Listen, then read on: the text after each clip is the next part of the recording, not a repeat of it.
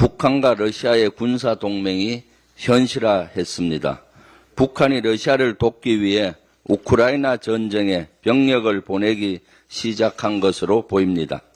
세계 평화를 위협하는 위험천만한 행위입니다. 북한과 러시아의 이 같은 행위에 대해 강력히 규탄하며 병력을 보내는 것을 당장 중단하고 철수할 것을 촉구합니다. 특히 이처럼 안보 상황이 악화한 것은 윤석열 정권의 책임도 큽니다.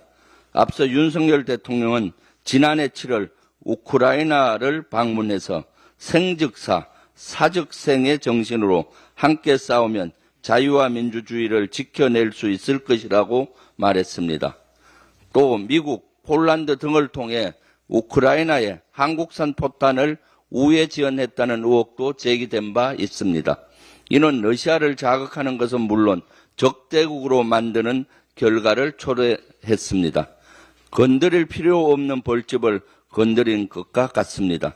윤석열식 갈라치기 외교가 북러 군사동맹에 빌미를 제공한 요인 중 하나라는 평가가 나오는 이유입니다.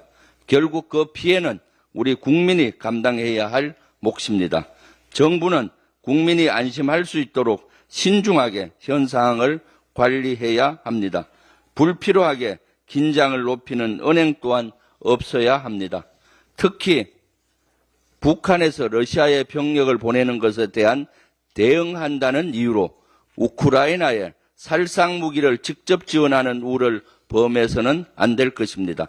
전쟁을 하고 있는 나라에 무기를 수출하는 것은 우리나라를 위기로 빠뜨릴 수 있습니다. 소탐 대실입니다. 앞서 민주당은 전쟁하고 있는 나라에 살상무기를 보낼 때는 국회의 동의를 받아야 한다는 법안을 발의한 바 있습니다. 국익을 생각하면서 국민의힘도 동의하기 바랍니다. 그리고 우리 민주당은 북한에 러시아에 병력을 보내는 것에 대한 규탄과 중단 촉구 결의안을 발의할 예정입니다.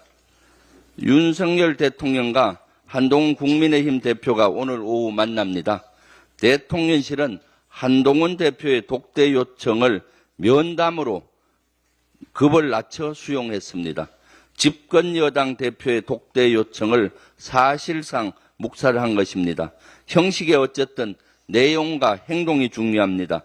김건희 여사의 대외 활동 중단과 대통령실 인적 쇄신 요구만으로 끝날 일은 아닙니다. 행동으로 보여줘야 합니다. 국민 다수가 김건희 특검법을 원하고 있습니다. 국민의 눈높이에 맞는 철저한 수사가 이루어져야 하는 게 국민의 요구입니다.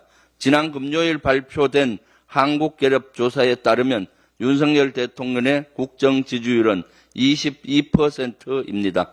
2016년 국정농단 사태 당시 박근혜 대통령보다 낮은 수치라고 합니다. 군주민수라고 했습니다. 민심이 화가 나면 배를 뒤집을 수 있다는 의미입니다.